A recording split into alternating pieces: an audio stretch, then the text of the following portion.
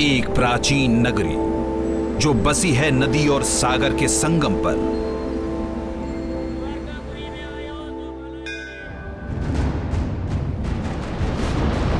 यहां समुद्र में छुपे हैं रहस्य सदियों पुराने।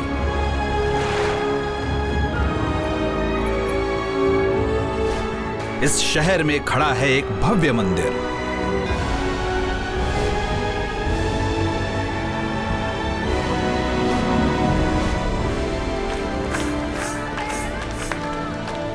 जहां पूजे जाते हैं विष्णु के अवतार।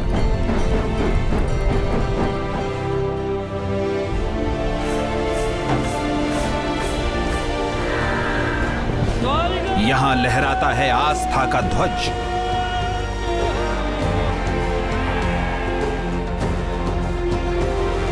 क्योंकि ये है देवस्थान।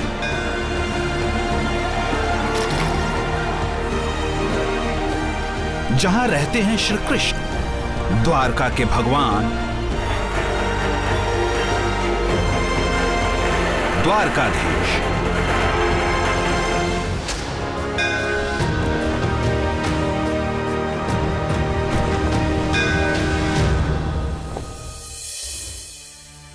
भारत विश्व की प्राचीनतम सभ्यताओं की भूमि।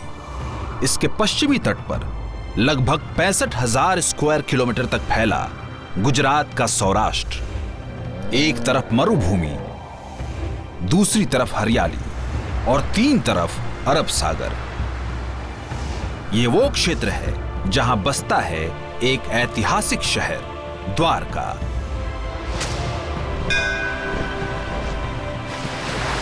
गोमती नदी और अरब सागर के संगम पर बसी, विश्वास और इतिहास को जोड़ती द्वारका। आबादी 50,000 से भी कम। इस शहर ने अलग अलग काल में अलग अलग शासकों को देखा है।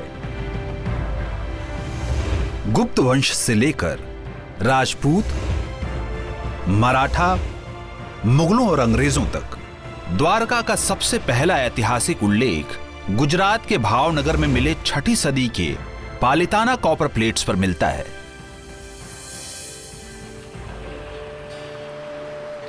पर श्रद्धालुओं के लिए यह हमेशा देवभूमि रहा है। भारत के 4 धामों में से एक, 7 सबसे पवित्र नगर, सप्तपुरियों में से एक। हिंदू धर्म ग्रंथों के अनुसार इन सप्तपुरियों का भगवान से कोई ना कोई नाता रहा है और आज भी यहां उनका तेज महसूस होता है। और द्वारका को तो इन ग्रंथों में मोक्ष का द्वार माना गया है। इसे श्री कृष्ण ने बसाया है। भगवान विष्णु के 8वें अवतार कृष्ण के कई नाम, कई रूप हैं और उनका हर रूप पूजा जाता है। उनका जन्म तो हुआ मथुरा के कारागार में, लेकिन उनके पिता वसुदेव ले गए उन्हें गोकुल उनकी सुरक्षा के लिए, जहां वो गाय चराते, माखन चुराते, राधा और गोपियों के साथ रास लीला रचाते बड़े हुए। और फिर अपने मामा और मथुरा के क्रूर राजा कंस का वध किया। कंस के ससुर जरासंध के बार बार मथुरा पर आक्रमण करने के कारण वो सारी प्रजा को लेकर सौराष्ट्र आ गए और द्वारका बसाई। महाभारत के युद्ध में अर्जुन के सारथी और मार्गदर्शक बन उन्होंने गीता का ज्ञान, कर्म का सिद्धांत दुनिया को दिया। कृष्ण की ये कहानी पूर्वी भारत को पश्चिमी भारत से जोड़ती है। जो द्वारका के श्री कृष्ण हैं, ये महाभारत वाले कृष्ण हैं। ये वो कृष्ण हैं जो मथुरा छोड़ चुके हैं। जरासंध ने मथुरा को ध्वंस किया है, 18 बार उसे अटैक करके डिस्ट्रॉय कर दिया है। और फिर श्री कृष्ण घर छोड़ के पश्चिम की दिशा में मरुभूमि के उस तरफ एक द्वीप में घर बनाते हैं, जिसे हम द्वारका कहते हैं। कहते हैं द्वारका बसाने के लिए कृष्ण ने समुद्र देव से जमीन ली और देवताओं के आर्किटेक्ट विश्वकर्मा से रातों रात द्वारका का निर्माण करवाया। विशाल दीवारों से घिरी ये सोने की नगरी वास्तुकला की बेहतरीन मिसाल थी। श्री कृष्ण जब धर्म स्थापना करते हैं कुरुक्षेत्र में, तब उन्हें गांधारी का श्राप मिलता है। गांधारी कौरवों की माता होती है और सब कहते हैं कि कौरव अधर्मी है, उनका मारा जाना सही था। लेकिन गांधारी को लगता है कि उनके बेटों को मारने से श्री कृष्ण ने अन्याय किया है। गांधारी उनको श्राप दिया है कि उनके बच्चे मर जाएंगे, उनके पुत्र और पौत्र मर जाएंगे और उनका जो नगर है वो भी ध्वंस हो जाएगा, समुद्र में मिल जाएगा। कहानी के अनुसार गांधारी के इस श्राप के 36 साल बाद विशाल लहरों ने द्वारका को नष्ट कर समुद्र में मिला दिया। हरिवंश पुराण के अनुसार कृष्ण द्वारका नगरी के विनाश से पहले ही द्वारका छोड़ गए थे। इसके कुछ समय बाद वो मृत्यु लोक छोड़कर अपने परम धाम बैकुंठ चले गए। विकसित प्राचीन सभ्यताओं के समुद्र में विलीन होने की कहानियां बाइबल और ग्रीक कथाओं में भी मिलती हैं। 1979 में हुई एक आर्कियोलॉजिकल खोज ने लोगों को यह सोचने पर मजबूर कर दिया कि इन कहानियों में कहीं कोई इतिहास तो नहीं छुपा। क्या द्वारका के होने का वाकई कोई ऐतिहासिक सबूत था? Archaeologist doctor SR. राव और उनकी टीम इस तथ्य के प्रमाण ढूंढने लगी। What actually prompted me to undertake onshore and offshore excavation at Dwarka is the controversy that was raging about the date and historicity of Mahabharata. खोज की शुरुआत हुई द्वारका में मिले 9वीं सदी के एक विष्णु मंदिर के अवशेषों से। This prompted me to take further deeper excavation and ultimately I came across a 15th century BC settlement. ये खोज बढ़ते बढ़ते अरब सागर के अंदर तक पहुंच गई। इन खोजों में पुरानी इमारतों के अवशेष, गहने और बर्तनों के टुकड़े, पुराने लंगर और सील्स मिली। आज माना जाता है कि मोहनजोदारो और लोथल जैसे प्राचीन शहरों की तरह ही द्वारका भी हड़प्पा या सिंधु घाटी की विकसित सभ्यता का हिस्सा थी। दुनिया की सबसे प्राचीन सभ्यताओं में से एक हड़प्पा आज के पाकिस्तान के हिस्सों से लेकर गुजरात और उत्तर प्रदेश तक फैली हुई थी। एक बात तो स्पष्ट थी कि हजारों साल पहले भी हड़प्पा सभ्यता विश्व के अन्य हिस्सों से व्यापार कर रही थी। कहा जाता है सौराष्ट्र का लोथल दुनिया के सबसे पुराने बंदरगाहों में से एक था। सिंधु घाटी सभ्यता की सीपियों के गहने और सील्स इराक के मेसोपोटामिया के अलावा बहरेन और ओमान में भी मिले। पुराणों के अनुसार श्री कृष्ण ने भी अपने राज्य के सभी नागरिकों को पहचान के लिए सील्स दी थी। इन सील्स के अलावा द्वारका से करीब 33 किलोमीटर दूर एक द्वीप बेट द्वारका के पास 560 मीटर लंबी एक दीवार मिली है, जिसकी बनावट महाभारत के द्वारका विवरण से मिलती है। महाभारत के हिसाब से दीवारों में 50 बुर्ज थे। आर्कियोलॉजिस्ट को करीब 30 बुर्ज मिल चुके थे। द्वारका के अवशेष हड़प्पा काल के अंतिम दिनों यानी 4000 से 3500 साल पुराने हैं। इतिहासकारों के हिसाब से महाभारत का काल भी यही था। Present findings corroborate the description of the city of Dwarka as given in the Mahabharata that it was a Varidurga, that is, a fortress in water.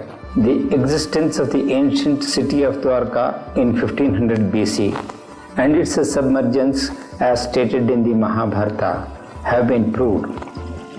Krishna की डूबी हुई द्वारका की एक और कहानी 2001 में सामने आई। गुजरात के खंबाट की खाड़ी में हुई पुरातत्व की खोज के द्वारा।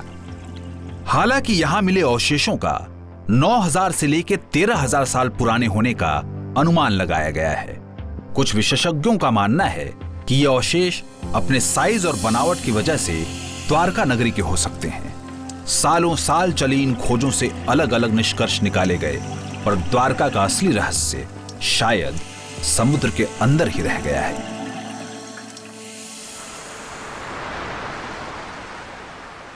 भगवान की बातें विश्वास से जुड़ी होती है। वैज्ञानिक तरीके से आप भगवान के बारे में कुछ नहीं बता सकते, लेकिन लोगों का मान्यता है कि विज्ञान से भी हमें भगवान की खोज हो सकती है। यह विश्वास की बात है।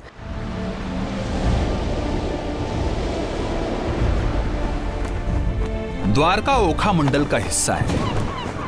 यहां समुद्र के तटों का कटना, भूकंप और तेज समुद्री हवाएं बड़ी आम बात है। इसी वजह से द्वारका की इमारतें काली और कमजोर पड़ जाती हैं, पर यहां विश्वास और आस्था कभी कमजोर नहीं पड़ते। द्वारका वासियों के लिए आज भी उनके रक्षक भगवान कृष्ण हैं और उनका मानना है कि द्वारकाधीश के रूप में वो आज भी यहां बसते हैं। श्री द्वारकाधीश है तो हम हैं, और हम हैं तो श्री द्वारकाधीश है। जय द्वारकाधीश। द्वारकाधीश जी है तो सब खुश है। कृष्ण के चाहने वाले हर युग में हर उम्र के मिलते हैं। मेरा नाम झील है और झील का मतलब नदी है। द्वारकाधीश हमारे इष्ट देव हैं, वन हमारे प्राण में ही बसे हुए हैं। ब्राह्मण परिवार में जन्मी झील ने सिविल इंजीनियरिंग की पढ़ाई की है। मॉडर्न होने का मतलब ये नहीं है कि हम अपनी सांस्कृतिक हमारी पारंपरिक जो भी है वो हम भूल जाएं। हम मॉडर्न भी है और भगवान को बहुत मानते भी हैं। झील जैसे द्वारका वासियों के सामाजिक और आध्यात्मिक जीवन का केंद्र है ये भव्य द्वारकाधीश मंदिर।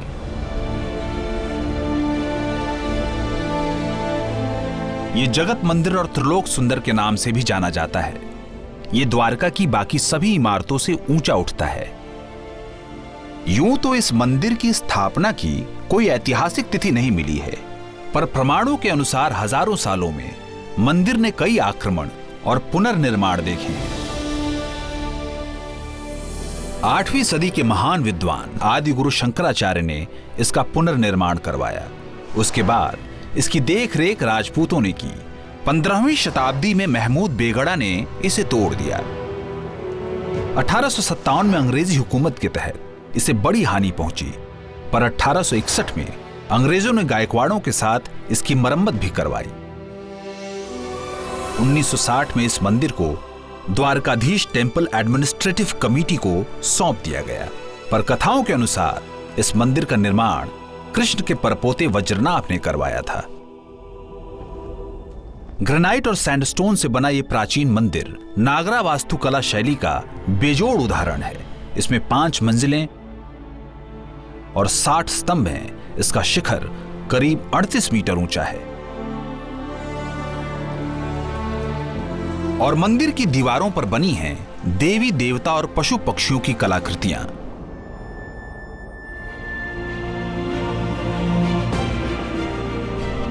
इस भव्य राजसी मंदिर के अंदर विराजित द्वारकाधीश की प्रतिमा को द्वारकावासी किसी राजा की तरह ही पूजते हैं।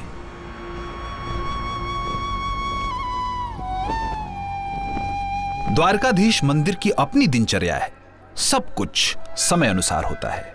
जो मंदिर के देवता होते हैं उन्हें स्वरूप माना जाता है, तो उन्हें मूर्ति नहीं माना जाता। मनुष्य जैसे हाव भाव करते हैं जो मंदिर के देवता हैं उनको ऐसे ही ट्रीट किया जाएगा। कुछ लोगों का मानना है कि मंदिरों के जो रिचुअल्स हैं इससे लोगों को सीख मिलती थी कि देखो ऐसे उठना चाहिए, ऐसे खाना चाहिए।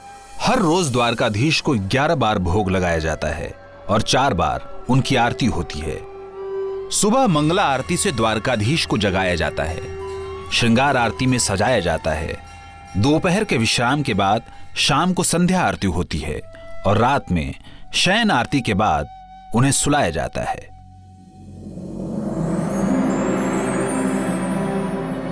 सुबह की मंगला आरती के बाद भगवान कृष्ण जाग गए हैं। उन्हें 2 भोग लग चुके हैं और उनके दर्शनार्थियों की संख्या बढ़ने लगी है। द्वारका की गलियों में तुलसी माला बेचने वालों की भीड़ लगी है। कृष्ण की पूजा में तुलसी का बड़ा महत्व है। माना जाता है कि तुलसी कृष्ण की पत्नी होने के साथ साथ प्रेम का प्रतीक हैं। हरे कृष्णा हरे कृष्णा। 9:30 बज रहे हैं। समय है द्वारकाधीश के श्रृंगार का, जिसमें उन्हें राजा की तरह सजाया जाएगा। भक्त बेसब्री से इंतजार कर रहे हैं इस क्षण का। और आखिरकार खुल गए हैं पट। द्वारकाधीश अब उनके सामने हैं। बद्रीनाथ में पिंडदान का महत्व है, रामेश्वर में जल का महत्व है, इसी तरह द्वारका में श्रृंगार का महत्व है। राजा है, राजा की तरह लाड लडाना पड़ेगा। द्वारकाधीश का श्रृंगार विभिन्न रंगों के रेशम के वस्त्रों, फूलों और रत्नों से किया जाता है। आमतौर पर हर रोज इस मंदिर में करीब 10,000 लोग आते हैं, पर कृष्ण के जन्म उत्सव जन्माष्टमी पर यह संख्या बढ़कर 1.5 लाख हो जाती है।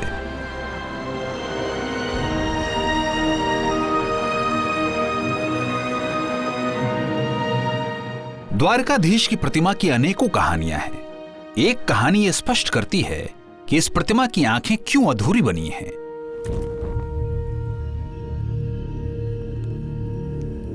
इस कथा के अनुसार यह प्रतिमा सावित्री बाव यानी कुएं में मिली थी। 15वीं शताब्दी में मुस्लिम आक्रमणकारियों के डर से पंडितों ने इस प्रतिमा को कुएं में छुपा दिया। कहते हैं कई साल बाद कृष्ण एक ब्राह्मण के सपने में आए और मूर्ति को कुएं से एक निर्धारित समय के बाद निकालने का आदेश दिया। यह सुनते ही वो ब्राह्मण बेताब हो गए और उन्होंने मूर्ति को समय से पहले ही कुएं से निकाल लिया। इसलिए इस प्रतिमा की आंखें पूरी तरह से बन नहीं पाईं और आज भी आधी बंद दिखती हैं। तब से काले पत्थर से बनी 2.25 फीट ऊंची चतुर्भुज रूप की यह मूर्ति यहां स्थापित है। चतुर्भुज रूप कृष्ण का सबसे भव्य रूप माना जाता है। इस रूप में उनके 4 हाथों में पद्म, गदा, शंख और चक्र होता है। यहाँ के दर्शन का महिमा बहुत ज्यादा, जो कोई यात्री जाता है अभिभूत हो जाता है, वो एकदम चकाचौंध हो जाता है। हर आदमी जो होता है वो अपनी जिंदगी को किसी चीज के साथ जोड़ता है, लेकिन भारतीय परंपरा में आप अपनी जिंदगी को सुधारने के लिए एक कोई देवता के साथ अपनी जिंदगी को जोड़ देते हैं। तो मुंबई में जैसे गणेश जी के साथ लोग जुड़ जाते हैं, वैसे द्वारका में लोग कृष्ण के साथ जुड़ जाते हैं। और इसी तरह द्वारकाधीश से जुड़ा है झील का जीवन। आज द्वारकाधीश का राजभोग बनाने की बारी झील के परिवार की है।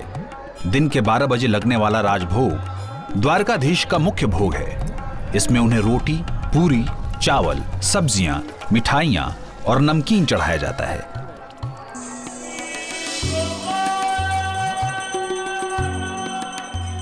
और जन्माष्टमी के दिन तो 50 से भी अधिक व्यंजन बनते हैं, जिसे महाभोग कहा जाता है।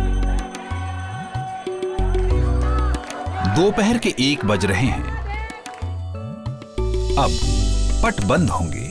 भोग के पश्चात समय होता है द्वारकाधीश के विश्राम का, अनुसार का। दोपहर को हम मंदिर जब बंद होता है, हम फ्री होते हैं, तो अब हम यहीं पे मंदिर में आराम कर लेते हैं, घर पे नहीं जाते हैं। झील की तरह द्वारका शहर अपने इष्ट देव से जुड़ा है।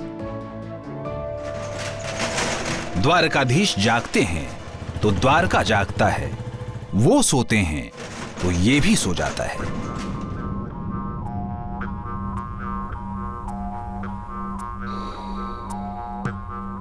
नए दौर में नई पीढ़ी अपनी आस्था का माध्यम भी नया चुनती है। भावना वही पर आस्था की राह नई। द्वारका का एक युवा कलाकार हितेन कर रहा है तैयारी। कुछ ही दिनों बाद आने वाली है जन्माष्टमी।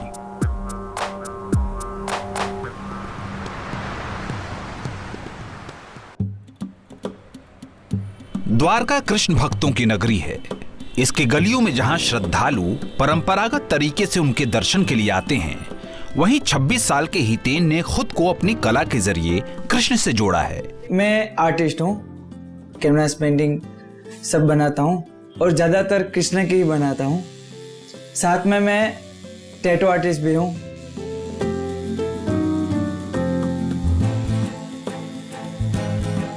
मैं पहले भगवान को छोड़ के उसको मैं दोस्त मानता हूँ कि वो मेरा दोस्त है। कृष्ण हितेन के दोस्त भी हैं और प्रेरणा भी, और ये बात उनकी हर कलाकृति में दिखती है। हम दोस्त क्यों बनाते हैं? क्योंकि हर जगह वो हमारे साथ रहे। कहाँ पता है अभी मैं कृष्ण के साथ ही बात कर रहा हूँ, या मेरे बाजू में ऐसे खड़े हैं, यहाँ पे है, यहाँ पे है। जो भी मेरा जीवन है, सांस भी ले रहा हूँ तो उसी की बदौलत है।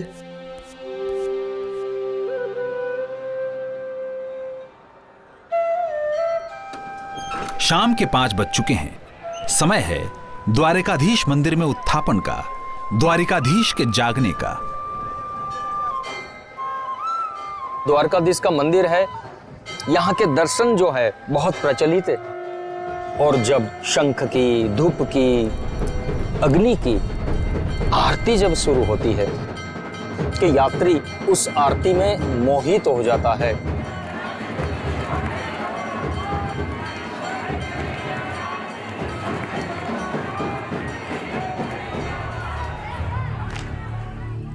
गोमती नदी के किनारे बने इस मंदिर में आने के लिए 2 प्रमुख द्वार हैं। मोक्ष द्वार यानी जन्म और मरण से मुक्ति पाने का दरवाजा, और स्वर्ग द्वार। स्वर्ग द्वार तक आने के लिए 56 सीढ़ियां हैं और ये द्वारका राज्य के 52 प्रशासनिक विभागों और श्री कृष्ण के परिवार के 4 सदस्यों को समर्पित हैं। द्वारका में कोई राजा नहीं होता। ऑल्दो लोग कहते हैं कि श्री कृष्ण राजा हैं, बट वो बेसिकली रखवाले हैं और वो वहाँ पे एक जनपद है which is working as a गणतंत्र, तो अर्ली डेमोक्रेसी जिसको कहेंगे, प्रकार का एक लोकतंत्र। तो यहाँ पे लोग सम्मति से बात होती है और एक काउंसिल से डिसीजन लिया जाता है और उनका एक लीडर होता है। जैसे युद्ध के समय एक महारथी होते हैं, वैसे श्री कृष्ण है जो प्रोटेक्ट करते हैं। द्वारका में 52 प्रशासनिक विभागों की अहमियत का एक और बड़ा ही विशाल और भव्य प्रतीक है। द्वारकाधीश मंदिर के शिखर पर लहराता है ये 52 गज का ध्वज। कहते हैं किसी भी मंदिर की ध्वजा उसकी शक्ति, उसके यश की निशानी होती है, पर लोग मानते हैं कि द्वारकाधीश की ध्वजा मनोकामनाएं पूरी करती हैं। ध्वजा चढ़ाने के लिए भारत के अलग अलग हिस्सों से कृष्ण भक्त यहां आते हैं। इस अवसर के लिए उन्हें 2 से 5 साल तक का इंतजार करना पड़ता है। नॉर्मली जब मन्नत मानी जाती है कि भगवान से कुछ मांगते हैं, जब वो पूर्ति होती है तब लोग ध्वजा लगाते हैं। जो आपने कमाया है वो आप भगवान को इन क्रियाओं के माध्यम से देते हैं। इकोनॉमिकली अगर हम देखें तो ये पूजा पाठ के माध्यम से जो धन होता है वो मंदिर के तरफ जाता है और मंदिर के माध्यम से और लोगों में जाता है। जो टेलर है वो ध्वजा बनाता है, सबको आपके धन का लाभ मिलता है ध्वजा के माध्यम से।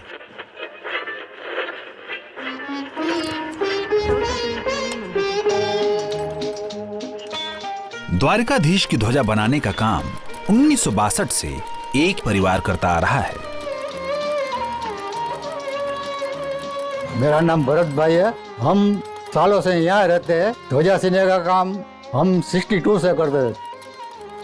तब से लेकर 30 साल तक मुफ्त बनाया हमने ध्वजा, कोई भी चार्ज नहीं लेकर। मेरा पिताजी ने सोचा कि ये लोग बाहर से आते हैं, थोड़ी सेवा मैं भी कर सकता हूँ, इसलिए उसने पैसा नहीं लेता था। पूरे दिन में 5 ध्वजा बनाते तो और काम तो होता नहीं, कोई मुफ्त में बनाते, तो इसलिए हमने पैसा लेना शुरू कर दिया।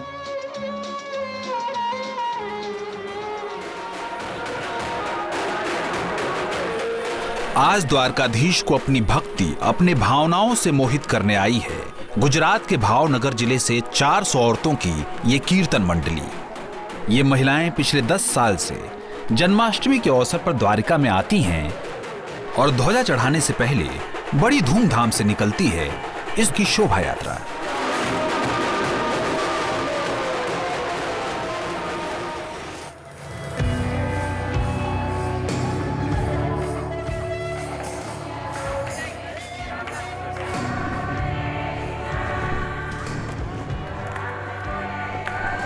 एक सेकंड अब पूरा गिनते हैं इन लोग कि क्या कब हमारा ध्वजा चढ़ेगा। 1 वर्ष की तैयारी फाइती हो। 1 ईयर से उन लोग तैयारी कर रहे हैं। जिस पल के लिए पूरे साल इन्होंने संजोई है अपनी आस्था, वो लम्हा अब आने को है। इस ध्वजा को मंदिर के शीर्ष पर लहराने का काम पिछले 7 पीढ़ियों से एक अबोटी ब्राह्मण परिवार कर रहा है। हम लोग रोजाना 5 झंडा चढ़ता है, पारी पारी सब लोग भाई लोग जाते हैं। 15 साल का था ना मैं छोटा, तब हमारे दादाजी के साथ जा रहा था, तभी से मैं जा रहा हूँ। मिनिमम 25-30 साल के ऊपर हो गया। भगवान के भरोसे के ऊपर जाते हैं। ऊपर जो देवी माँ का मंदिर है ना, उसको दर्शन करके फिर ठाकुर जी को दर्शन करके ऊपर दर्शन करके ऊपर जाते हैं।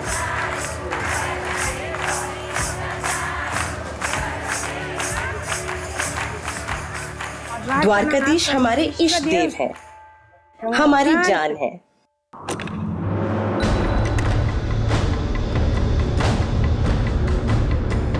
त्रिवेदी जी की आस्था इतनी अटूट है कि बिना सुरक्षा साधनों के वो द्वारकाधीश के करीब 38 मीटर ऊंचे शिखर पर दिन में कई बार ध्वजा लहराते हैं।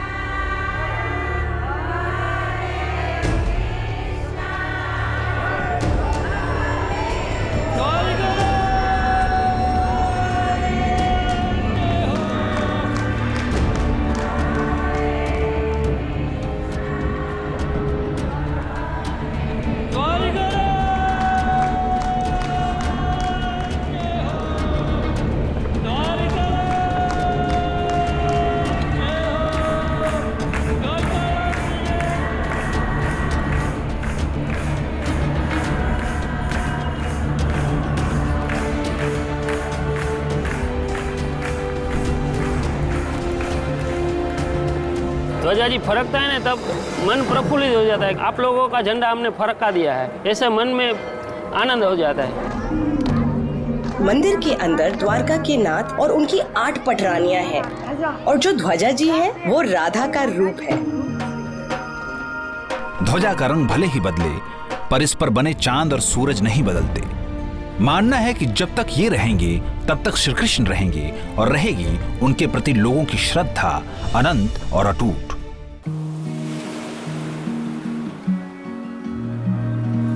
द्वारका में कोई भक्ति में डूबा प्रेम लिए आता है, तो कोई अपने घर की ख्वाहिश।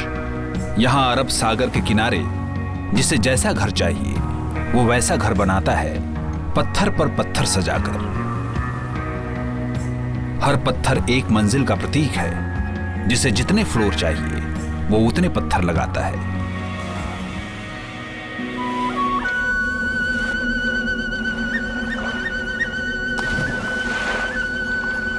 द्वारका वो ऐतिहासिक नगरी जो खींचती है पूरे भारत के लोगों को और रंग देती है उन्हें कृष्ण प्रेम में।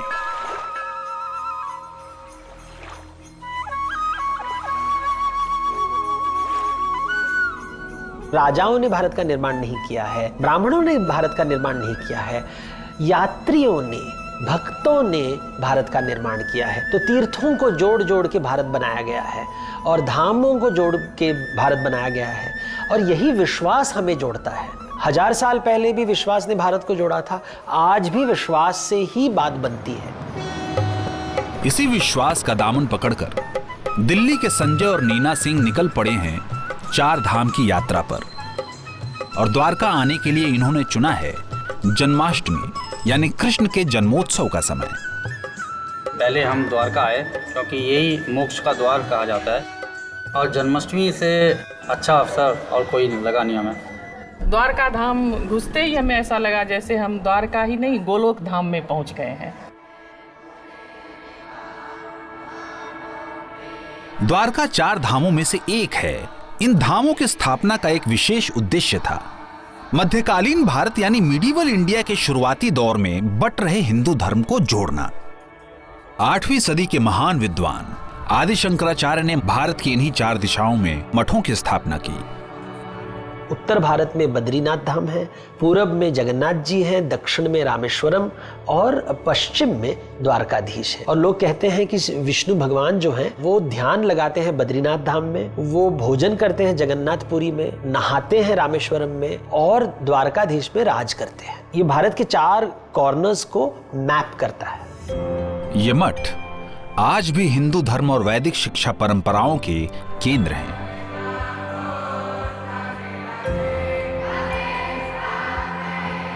ये छात्र गुरुकुल में रहते हैं और हर रोज द्वारकाधीश मंदिर के प्रांगण में बने शंकराचार्य मठ में धर्म ग्रंथों का पाठ करने आते हैं। यहाँ पे मैं वेद पढ़ता हूँ और साहित्य पढ़ता हूँ। गणित में वैदिक गणित है, ये वेदों में जो है वो सिद्ध किया हुआ है, और वो जो नॉर्मल मैथ्स होता है उससे थोड़ा हटके और थोड़ा आसान बनाता है। शंकराचार्य ने विष्णु से जुड़े महत्वपूर्ण स्थानों को ही मठों की स्थापना के लिए चुना, और द्वारका तो बहुत अहम है क्योंकि इसे श्री कृष्ण ने बसाया। यहां वो सिर्फ अपनी प्रजा ही नहीं, अपने परिवार के साथ भी आए थे। द्वारकाधीश मंदिर से 2 किलोमीटर दूर है उनकी प्रमुख पत्नी महारानी रुक्मिणी देवी का मंदिर। लोग मानते हैं कि यह मंदिर मूलतः 2500 साल पहले बना था, लेकिन उसके बाद इसका कई बार पुनर्निर्माण हुआ। भक्तों के लिए कृष्ण के बाद रुक्मिणी का दर्शन जैसे किसी तीर्थ चक्र को पूरा करता है। लेकिन रुक्मिणी और कृष्ण के मंदिर अलग अलग क्यों हैं, इसके पीछे भी कहानियां हैं। लोकल परंपरा में कहते हैं कि नहीं, सास और बहू का जमता नहीं था, देवकी और रुक्मिणी के बीच में शायद तनाव था। कुछ लोग कहते हैं कि रुक्मिणी जी को दुर्वासा से एक श्राप मिला था कि उनकी जो मूर्ति कभी श्री कृष्ण के साथ नहीं रहेगी। आप कह सकते हैं एक काइंड ऑफ फीमेल ऑटोनॉमी रखा जाता है कि मेरा घर अलग रहेगा, हम साथ साथ हैं लेकिन मेरा एक सेपरेशन भी होगा। श्री कृष्ण की रुक्मिणी के अलावा 7 और पटरानियां थीं, इसलिए उन्हें अष्टभार्या यानी 8 पत्नियों वाला भी कहते हैं। इन 8 पटरानियों के अलावा उनकी 16,100 पत्नियां और थीं और वे सभी द्वारकाधीश मंदिर से करीब 33 किलोमीटर दूर बेट द्वारका में रहती थीं।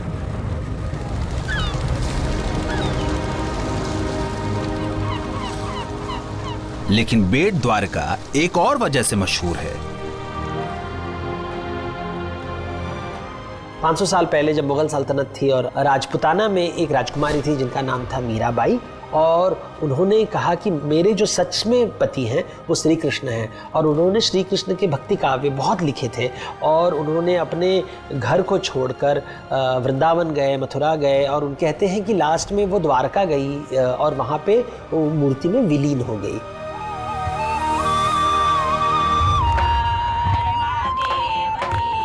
द्वारकाधीश मंदिर में शाम ढल गई है। भजन कीर्तन और जय जयकारों के साथ शयन आरती होती है। यह दिन की आखिरी आरती है।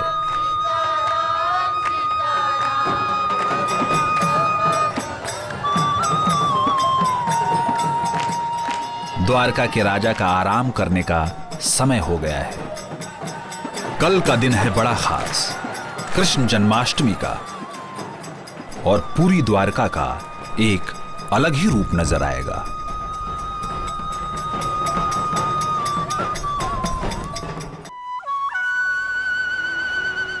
आज है सुबह कृष्ण के जन्मोत्सव यानी जन्माष्टमी की, और द्वारका सज रही है। आज रात 12 बजे बाल गोपाल का जन्म मनाया जाएगा। हिंदू कैलेंडर के भादो महीने के कृष्ण पक्ष की अष्टमी को कृष्ण का जन्मदिन मनाया जाता है, इसलिए इसे जन्माष्टमी कहते हैं।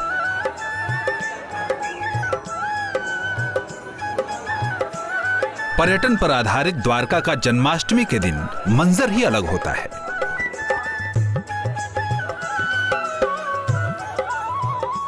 देश विदेश से करीब 1.5 लाख लोग इकट्ठे होते हैं यहां। द्वारका का सबसे बड़ा उत्सव है जन्माष्टमी, इसलिए पुलिस और प्रशासन 1 महीने पहले से ही इसकी तैयारी शुरू कर देते हैं। और इस बार यह जिम्मेदारी है एएसपी प्रशांत सुंबे की। सुरक्षा की दृष्टि से द्वारकाधीश मंदिर बहुत संवेदनशील है। यह अंतर्राष्ट्रीय समुद्री सीमा के करीब है और यहाँ भारत की वाइटल इंस्टॉलेशंस भी हैं। इसलिए द्वारकाधीश मंदिर की सुरक्षा में पूरी सतर्कता बरती जाती है। और आज जैसे जन्माष्टमी है, लगभग 2 दिन में 1 लाख भाविक यहाँ पे आएंगे, तो एक हमारे लिए चैलेंज होता है बहुत बड़ा। स्थानीय पुलिस ने आज यहाँ 550 पुलिसकर्मी और 60 ऑफिसर्स को तैनात किया है। मैं मानता हूँ कि आज जन्माष्टमी दिन पे हम यहाँ पे लोगों का दर्शन करवा रहे हैं, उनका दर्शन अच्छे से हो जाए, इससे बड़ी बात तो हमारे लिए कोई होती नहीं है।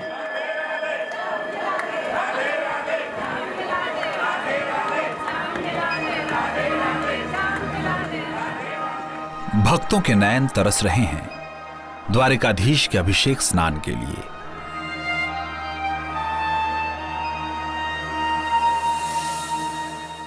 जो वर्ष में सिर्फ 2 ही बार दिखता है, जन्माष्टमी और ज्येष्ठ पूर्णिमा पर। द्वारकाधीश का अभिषेक स्नान पंचामृत यानी 5 अमृत जैसे द्रव्यों से होता है, और ये 5 हैं दही, घी, दूध, मधु और चीनी।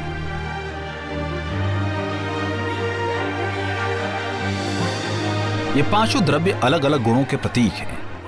पंचामृत के अलावा श्री कृष्ण को केसर और भारत के अलग अलग तीर्थ स्थलों से लाया गया जल भी चढ़ाया जाता है। जन्माष्टमी के अवसर पर इनका श्रृंगार और भी अद्भुत होता है। उनकी पोशाक द्वारका से 400 किलोमीटर दूर खास सूरत से बनकर आती है। कृष्ण जन्म की कहानी प्रतीक है जिंदगी के मुश्किलों के अंत और आनंद के शुरुआत की।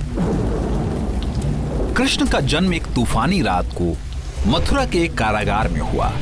कहते हैं उनके मामा कंस को एक भविष्यवाणी से पता चला कि देवकी का 8वां पुत्र उसकी मृत्यु का कारण होगा। ये जानकर उसने देवकी और उनके पति वसुदेव को कारागार में डाल दिया। जब कृष्ण का जन्म हुआ तो एक अद्भुत घटना हुई। उनकी हथकड़ियां खुल गई, सारे पहरेदार सो गए और कारागार के दरवाजे अपने आप खुल गए। वसुदेव ने फटाफट कृष्ण को उठाया और अपने भाई नंद के यहां गोकुल की ओर चल पड़े। अंधेरी रात और मूसलाधार बारिश पर वसुदेव के कदम नहीं डगमगाए। कहते हैं उन्हें रास्ता देने के लिए यमुना खुद ही 2 भागों में बट गई। नंद के घर पहुंचकर वसुदेव ने कृष्ण को नंद और यशोदा की नवजात पुत्री से बदल दिया। गोकुल में कृष्ण नंद और यशोदा के पुत्र के रूप में पले बढ़े और बन गए गोकुल के नटखट प्यारे दुलारे माखन चोर।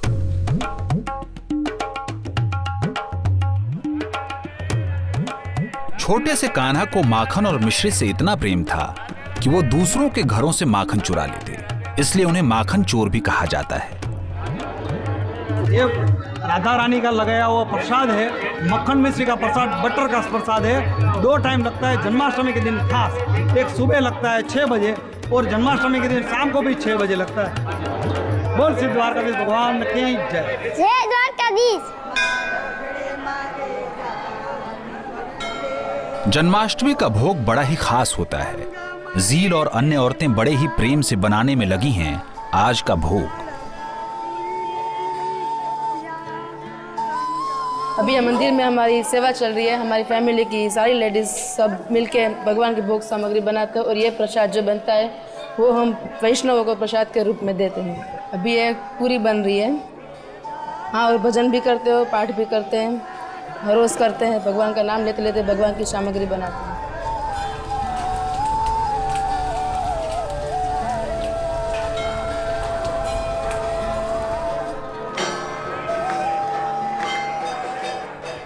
आज के उत्सव पर द्वारकाधीश की मनपसंद 50 से भी अधिक व्यंजन और मिठाइयां उन्हें बड़े ही प्रेम से महाभोग के रूप में अर्पण की जाती हैं।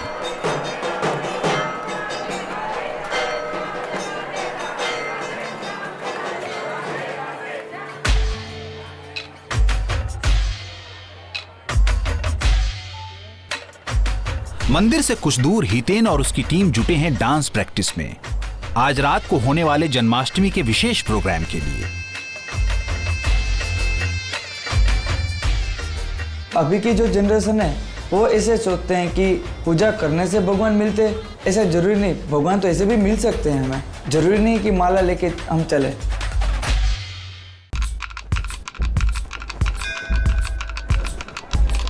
आज जन्माष्टमी है। कुछ ही घंटे बाद द्वारका में धूमधाम से मनाया जाएगा श्री कृष्ण का जन्मदिन।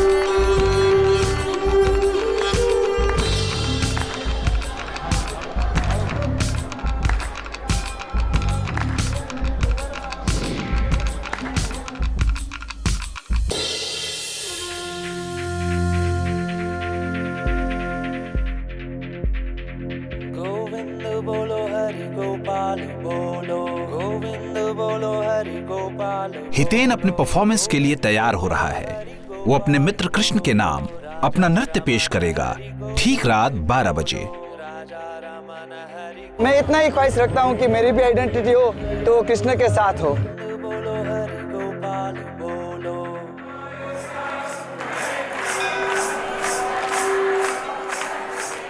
श्री कृष्ण का जन्म उत्सव सदियों से मनाया जा रहा है और वक्त के साथ ये उत्सव बड़ा ही हुआ है। आज लगभग 50,000 लोगों की इस शोभा यात्रा ने द्वारका में एक नया जोश जगाया है। ये यात्रा अगले 5 घंटे में द्वारकाधीश मंदिर पहुंचेगी और फोड़ी जाएगी कृष्ण की मशहूर माखन हांडी।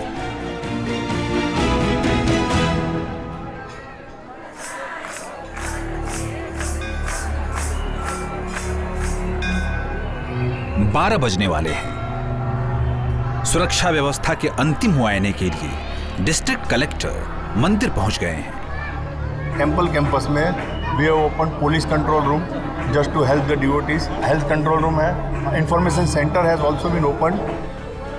सब हमारे डिस्ट्रिक्ट ऑफिशियल वो भगवान कृष्ण का काम कर रहे हैं। तो ये सब कुछ जो होता है ना सक्सेसफुल, वो हम समझते हैं कि भगवान कृष्ण ही करते हैं, हम तो कुछ करते नहीं, वो ही करवा रहे हैं हमसे।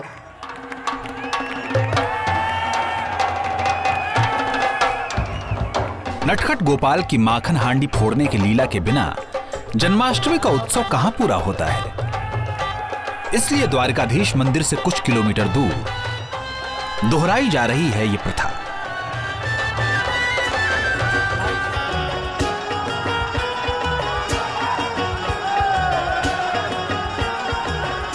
शायद भारत ही दुनिया का वो अकेला देश है जहां अपने इष्ट देव की शरारतों को भी मनाया जाता है, वो भी इतने धूमधाम से।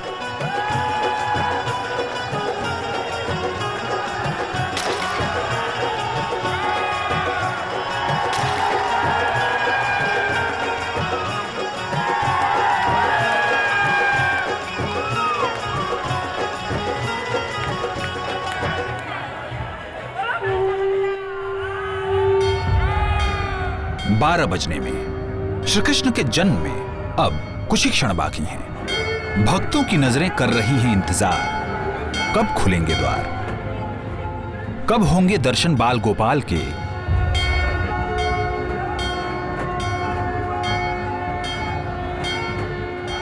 रात के 12 बज गए हैं। वक्त है श्री कृष्ण के जन्म का।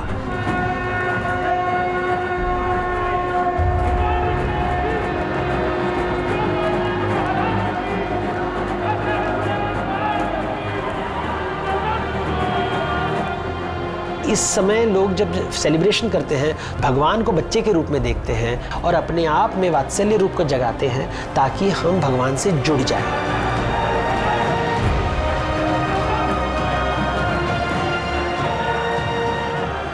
जय श्री कृष्ण, जय द्वारकाधीश। सभी लोगों को श्री कृष्ण जन्म महोत्सव की हमारी तरफ से बहुत बहुत बधाई। अभी भगवान का जन्म हुआ है 12 बजे। सभी ने मिलके जो तैयारियां की, महाभोग बनाया है, इसका हमें बहुत बहुत हर्ष उल्लास है।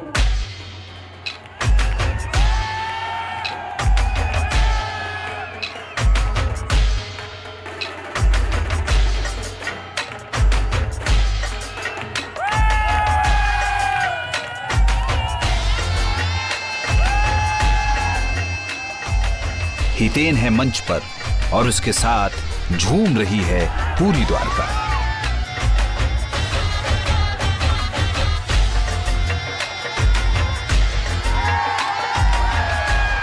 भारतीय परंपरा में लोग अपनी जिंदगी का आधार देवताओं से जोड़ देते हैं। ये जो मॉडर्न युग है, टेक्नोलॉजी की युग है, यहाँ से सुख थोड़ी ना प्राप्त होता है। लास्ट में आपको आधार आपको विश्वास से आता है। और ये कह सकते हैं एक फॉर्म ऑफ इंडियन थेरेपी, एक स्पिरिचुअल थेरेपी है। हम मंदिर के रिदम के साथ अपनी जिंदगी के रिदम को जोड़ देते हैं। ये विश्वास भारत के अरबों लोगों की ताकत है, मुश्किल समय में उनका सहारा है, क्योंकि अपने करोड़ों भक्तों के लिए श्री कृष्ण जन्म लेते रहेंगे, अधर्म के नाश के लिए हर साल अनंत काल तक।